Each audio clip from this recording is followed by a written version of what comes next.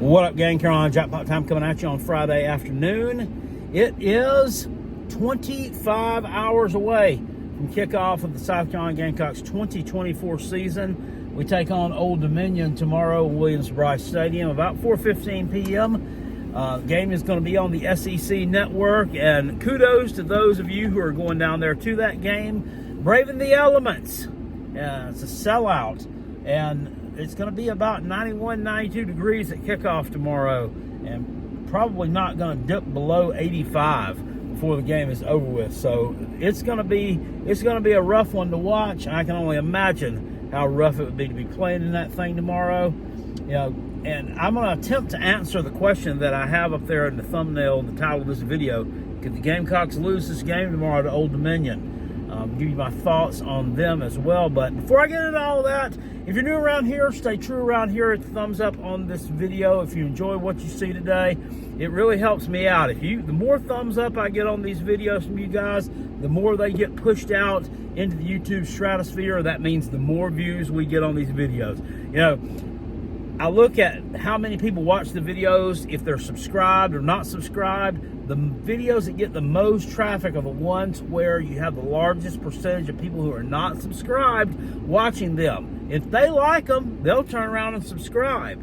That's not a bad thing. That's a good thing. So hit the thumbs up on this video, guys. Old Dominion, coming off of a 6-7 season. They were 6-6 in the regular season in a game in which they had a few games there that they lost by just a few points, so they were pretty close to being a 9-10 win team. They lost the famous Toastery Bowl in Charlotte to the Western Kentucky Hilltoppers. They let Western Kentucky come back in the second half. They actually were leading in that game pretty big at halftime. I'm going to link down in the description box below some highlights from that bowl game. You may want to watch it, you may not, but it kind of shows you what Old Dominion looks like, their formations, and some of the plays that they may run or attempt to run. None of this is going to change a whole lot because they haven't changed coaching personnel-wise. Now, they have had a lot of turnover in terms of the players, and we'll talk about that in a second too, but their head coach, Ricky Ronnie, has been there since 2019. His name looks like it would be pronounced Ricky Rain when you see it, but it's actually Ricky Ronnie. I don't know if he's any kin or not to this guy, but for the purpose of this video, we're going to assume that he is. Side note, that stance that Ricky Bobby has in that picture, the praying mantis, I do that a lot before our games. You just don't know about it. This team, what bothers me about this team is they run an offense that's very similar to a Tennessee. The wide splits, they split the wide receivers out wide, really kind of open the field up. They open some gaps up, but they like to run the ball a lot too. And that's just something with the field spread out like that is something South Carolina had a lot of trouble with last year. Now in 2022, one would think they didn't have any trouble with it then, because, well, we won that game. We scored 63 points or whatever. No, we had a lot of trouble with it then, too. They put up a ton of yards against us, so that concerns me. Old Dominion doesn't have the personnel that a Tennessee does, though. They do have a very athletic quarterback in Grant Wilson. If you watch that highlight video down below, you'll see him break off a really, really long run early in that bowl game, which he just, I mean, it almost looked Trevor Lawrence-like. You remember how when Trevor Lawrence took off running, it looked like he was just really slow and like his feet were stuck in concrete. And then next thing you know, you look up and he's 50 yards down the field. It's because he's tall and takes those long strides. This guy, Grant Wilson, is something like that. This is his second year in the program, or third year in the program it will be. Second year. Yes, second year. Sorry. He's a transfer from Fordham University in New York City. There's the girls from Fordham U. I can't afford them. You? If you know, you know. That's a King of Queens reference. Anyway. So, pretty athletic quarterback there, though. However, they lost a lot of pieces off their defense to the transfer portal. A lot of people just decided to get to other places. they had a couple that transferred to Michigan State. Head coach Jonathan Smith there. So, they're going to be rebuilding on that side of the ball. Now, offensive line-wise, they're not good. They gave up 60 sacks last year. It was the most of anybody in FBS. That unit's been retooled somewhat. They have 58 new players on this roster. 58. And you thought the Gamecocks had a lot of transfers. No, absolutely not. This place this Old Dominion is just an absolute turnstile for players. And it's kind of one of those things where, it's kind of like with Georgia State, where Sean Elliott got pissed off and decided to leave that job because he's trying to re-recruit in his roster and losing all of his good players.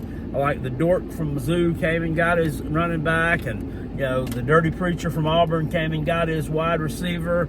It looks like that kind of hit Old Dominion as well. A lot of players who may have had a chance to go somewhere else and be a backup out of high school decided to come to Old Dominion, developed into a starter really quickly, and then these other schools took a look at them again and decided to pluck them off the tree.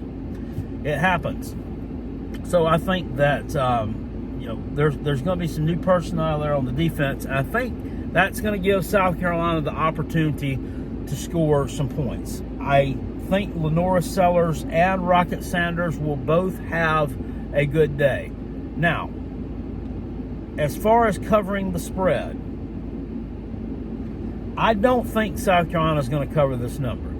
It's 19.5 right now in a lot of places. I have seen it up as high as 21. In our contest, it's 17.5. It doesn't matter. I took Old Dominion and the points. Here's the thing. Last year, we talked about how good the defense was, the last 3 games of the season. That was true. It was. However, you still allowed, like against Kentucky and Clemson, you still allowed a significant amount of yardage per rush.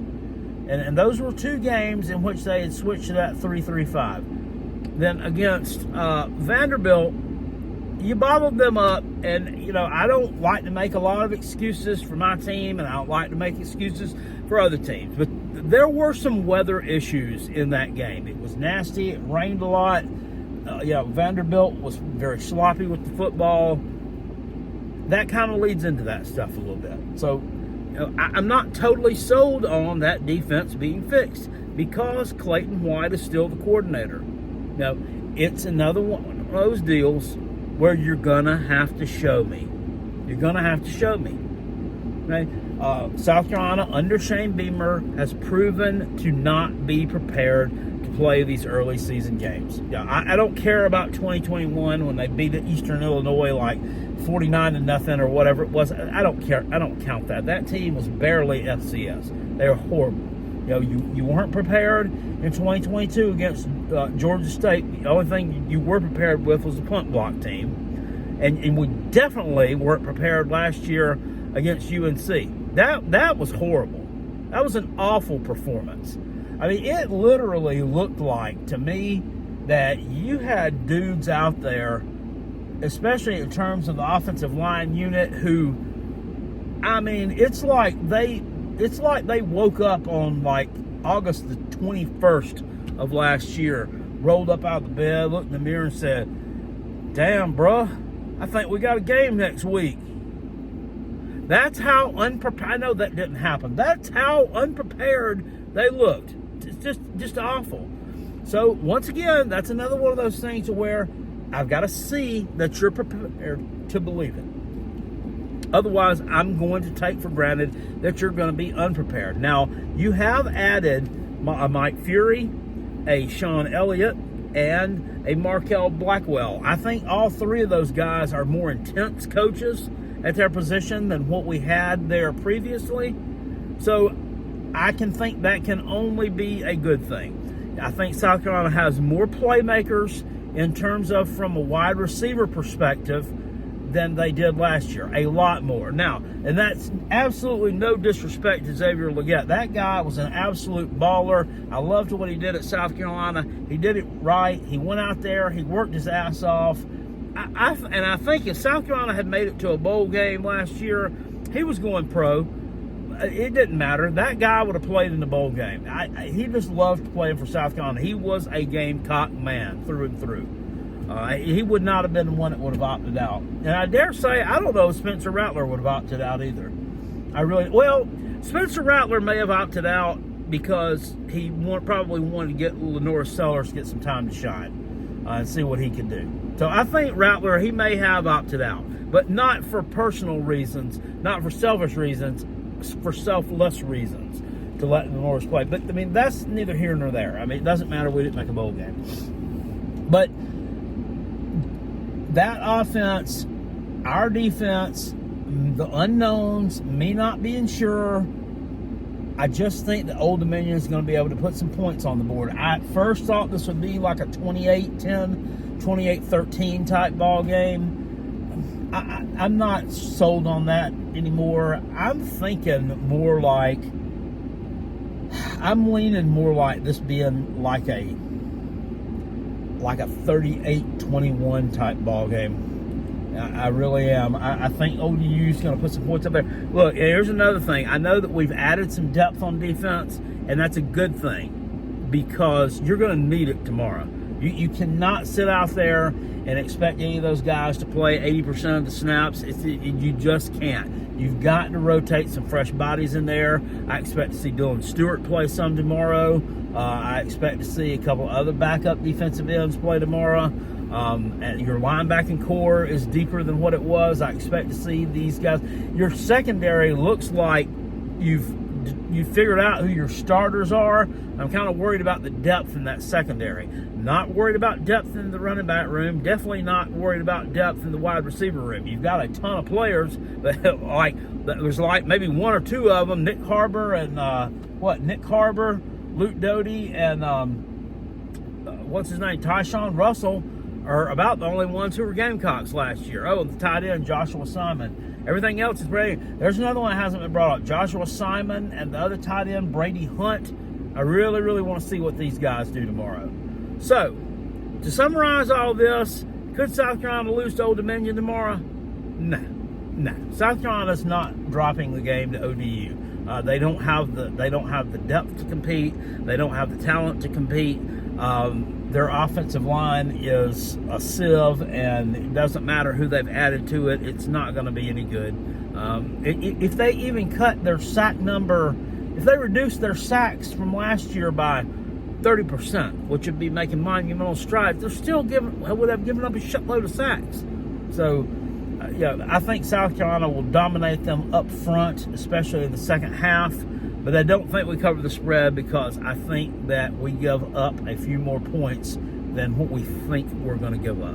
So those are my thoughts on that game tomorrow. I think it's one where Carolina Jackpot will probably curse somewhat. We'll see a lot of explosions from me in jubilation of me getting really happy, when we score. Because I think we're going to do a decent amount of it. And you're going to see I'm probably going to throw something. And I may strike one of my animals. I'm just kidding. I'm not going to do that. I'm not going to strike my animals.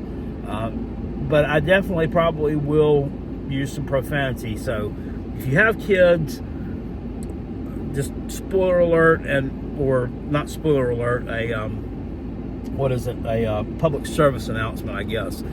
If they're under a certain age and they don't need to be hearing words like that,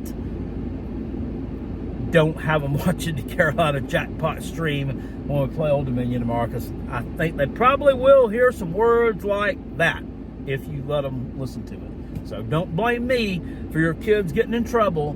Don't blame me for them going and writing fuck spelled wrong on the wall in the bathroom and then get caught doing it sometime next week and say, well, I learned that on the Carolina Jackpot channel. No, that's not my fault that I said it. It's your fault for letting them listen to it. So don't let them listen to it if they don't need to be. Now, if they're high school age, you're college age, obviously college age, you're basically grown. You can let them watch it. It's absolutely fine. But anyway, the beer will be flowing. Hopefully, I'll be very happy at the end of the day, and we'll have a lot of fun. Hopefully, Clemson gets their face kicked in tomorrow, and that's done and over with by the time this game starts. But I'm not even sold on that anymore. I really don't know. The line on that game has been kind of fluid the past day or so. I think it's down to 12 right now. So looks like in addition to Travis Etienne, there's probably some rumors out there that there's some other players for Georgia that may be injured or may not be participating in that game, which sucks. Because, look, I mean, I goof on Clemson all the time. I can't stand them. Everybody knows how much I hate them. But you've got to respect Dabo Swinney, and you've got to respect what he's got there. Depth is kind of like the thing. Yeah, early on in the season, when you've got a team that they don't bring in transfer portal players, so that depth is all Clemson depth. I tend to think they might be a little bit better prepared than some teams who have, a bunch of unknowns from Eastern Michigan and, Cal State Poly on their team. It just, it stands without reason. But I don't know. I don't know who else may be injured or not playing. But we know about the Travis Etienne thing, or Trevor Etienne thing. I keep calling him Travis. Trevor Etienne thing. Here's my thing too. Why is a line dropping? Why would a line drop that much for a dude he's never taken a snap for Georgia? He's never suited up for the Georgia Bulldogs before.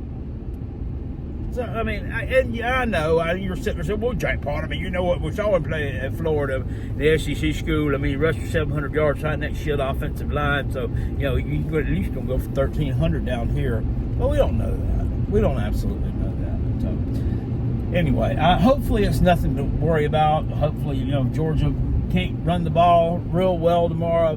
We can just lean on Carson Beck going over the top, spreading the ball around. And, instead of beating them by 28, maybe we can at least beat them by 17. I don't care, really, as long as they go down and it's in embarrassing fashion and some of their fans get their feelings hurt, because they absolutely 110% deserve it. Anyway, I will see you guys later on. I appreciate you. Peace, and I'm out of here. Live stream, like I said, tomorrow. It'll be about 4 o'clock when we'll go live. I know a lot of people are streaming games. It seems like everybody in the world does a live stream anymore. Some people do live streams every freaking night, it seems like. I don't know. Unless you're a full-time YouTuber like a Uncle Lou or something, and that's what you do to earn that's how you earn your living. I don't know how in the world some people can do it, unless that's your job. Because, at some points, you got to adult, right? You got stuff to do. Your grass, sometimes your grass looks like that, right? Looks like that. Sometimes your bush looks like that.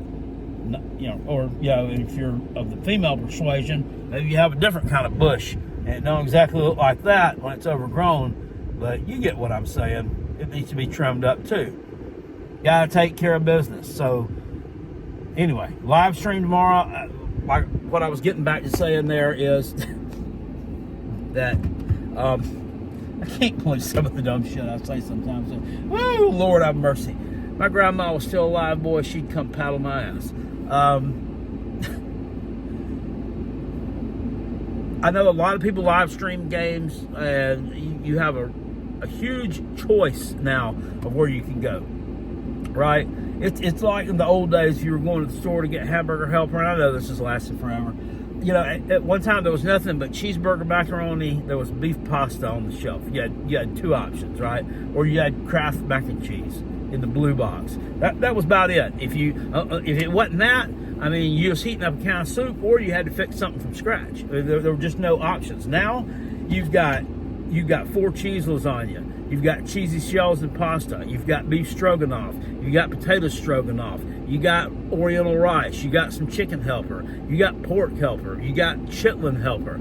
You've got tons and tons. There's one row on the shelf. It's like an 8-foot section, and each row represents a different kind of hamburger, chicken, chitlin, fish, or ostrich helper. There's just such a variety. Same way with the live streams. It's no longer just Carolina Jackpot and Uncle Lou doing live streams, or Pigskin Pete doing live streams on Saturdays like it was a few years ago. Now you got a ton of people doing live streams. There's a lot of places that you could go. But I still hope that you'll, at least if you're spending time somewhere else, if your boots are resting under somebody else's bed, I hope at least you'll come home and have dinner with me.